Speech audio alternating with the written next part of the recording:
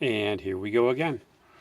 Okay, last week we talked about symbolism and we used two of Nathaniel Hawthorne's stories to delve into some examples of symbolism. Okay, one of them was Young Goodman Brown. Um, and most of you wrote pretty well about Young Goodman Brown. Some of you surprised me with some of the things you came up with. For instance, some of you still thought that faith was kind of like innocent and all good and holy, when in fact, faith went to that witch's Sabbath. Okay? Just her going indicates something about her. Okay?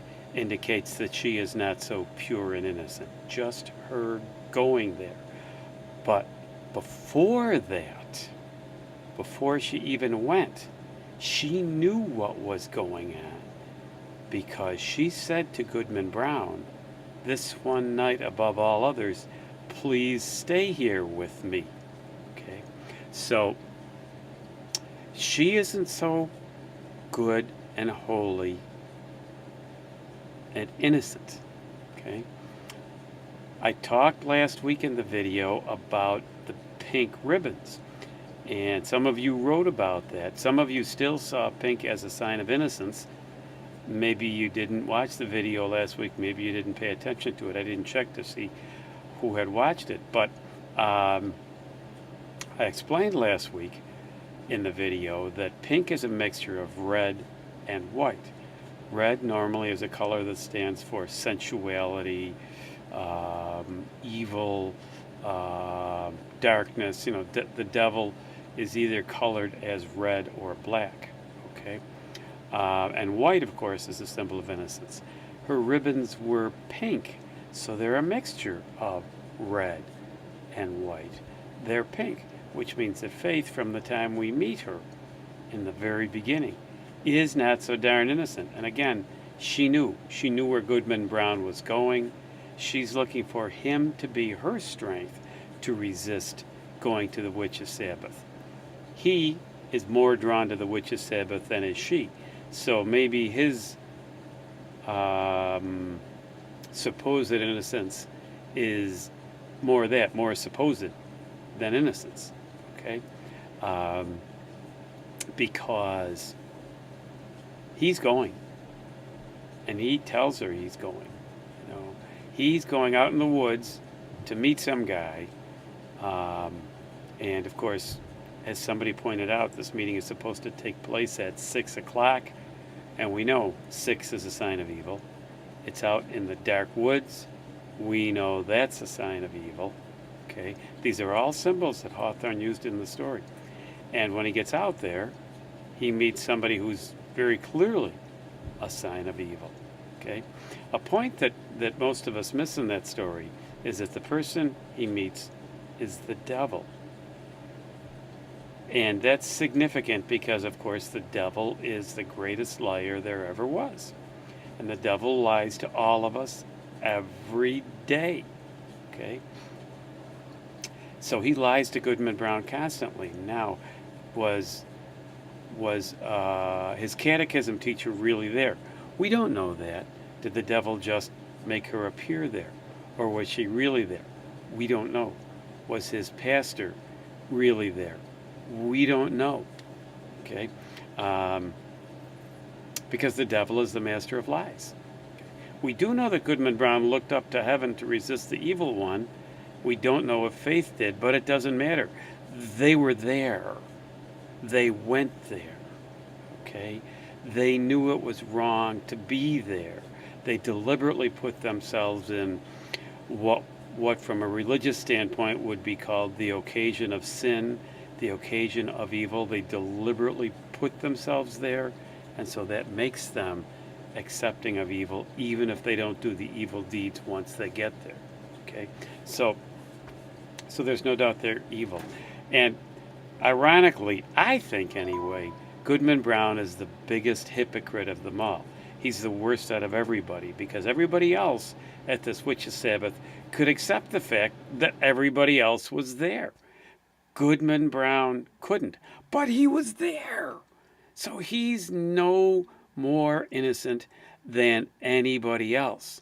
And so when he goes back to his hometown and shuns his wife and stays away from his catechism teacher and snatches a child away from his catechism teacher and only hears an anthem of sin when he goes to church, he's the guy who's saying to himself, I'm better than the rest of these people, when in fact, he's the same as they are.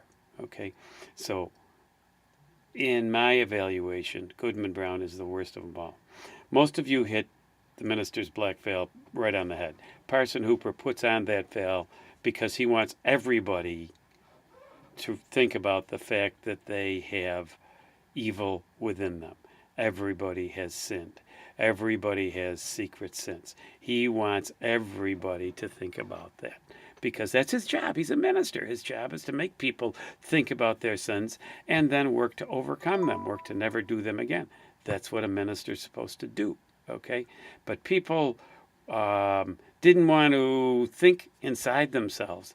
They wanted to think without. They wanted to be able to point their finger at somebody else rather than saying, he's really talking to me. Okay, so most of you hit that story pretty well. Anyway, okay, so moving along, this week we're going to talk about local color writing. Okay, local color writing is, in a sense, a kind of setting, but it's a little bit more than just setting. Local color writing is writing about things that could only happen in a particular place and at a particular time. It's showing a behavior that was really characteristic of a particular area or era. Okay, so one of the stories we're going to look at is a story of the Old West. It's called The Bride Comes to Yellow Sky. And, we're talking about town drunks and guys shooting up the town and the duels, where cowboys would face each other in the street and try to outdraw each other. We're talking about that kind of thing, and that all of that happened for a short period of time in the West. Okay, only a short period of time, and this story takes us into that short period of time, but the end of that short period of time. It's interesting. It's local color writing because it shows us that period, but it shows us the changeover to a different kind of way of life in the West. And you'll see that when you read the story. So local color writing is part of that story. It's particular time, particular place, special era for this particular time, particular place. We read a story that's like that already. Certainly, A Rose for Emily shows us the Old South during the time when the Old South was fading and turning into the New South, okay, and how Emily tried to hold on to the Old South and society around her was moving toward the New South. All of that happened in that very special place in that Old South where people were caught up in the traditions of the Old South, in the Southern gentility, the Southern manners, so nobody would really go and disrupt Emily. Nobody would go and tell her house stunk. Nobody would tell her she really had to pay her taxes. Nobody would tell her she had to take down that decrepit old mailbox. Nobody would tell her that her house needed care. Nobody would do that because she was a lady, and you didn't do that stuff to ladies. That's the Old South. And, by the way, it's something that our feminist movement has really removed from the world of women. A lady is still a special form of women. Thank goodness there are still some around.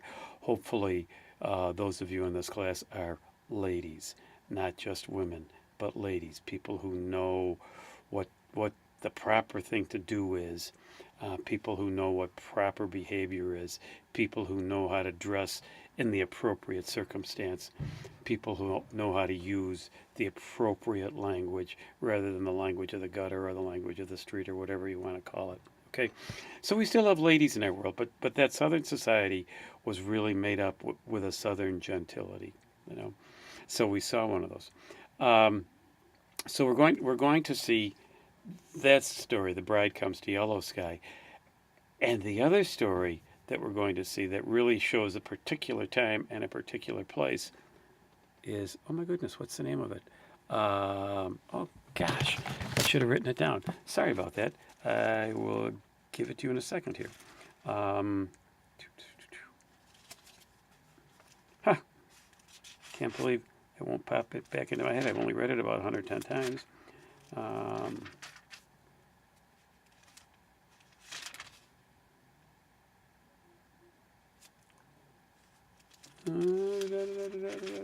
sorry.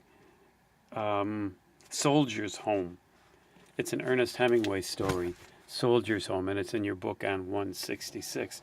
It's a story that's set in the Midwest after World War I. Midwest has always been known for having a very strong work ethic, people knowing where they want to go and what they want to do. And so when a soldier comes home and doesn't know what he wants to do or where he wants to go, it's confusing to everybody. So it's particularly local color because the work ethic of the Midwest, the style of keep pushing forward in the Midwest, that's what we see in this. And we see a soldier who is so confused by it all. So local color writing this week. I'll give you some notes on Moodle, and I'll give you your assignment. Questions, you know where to get me. Have a good week.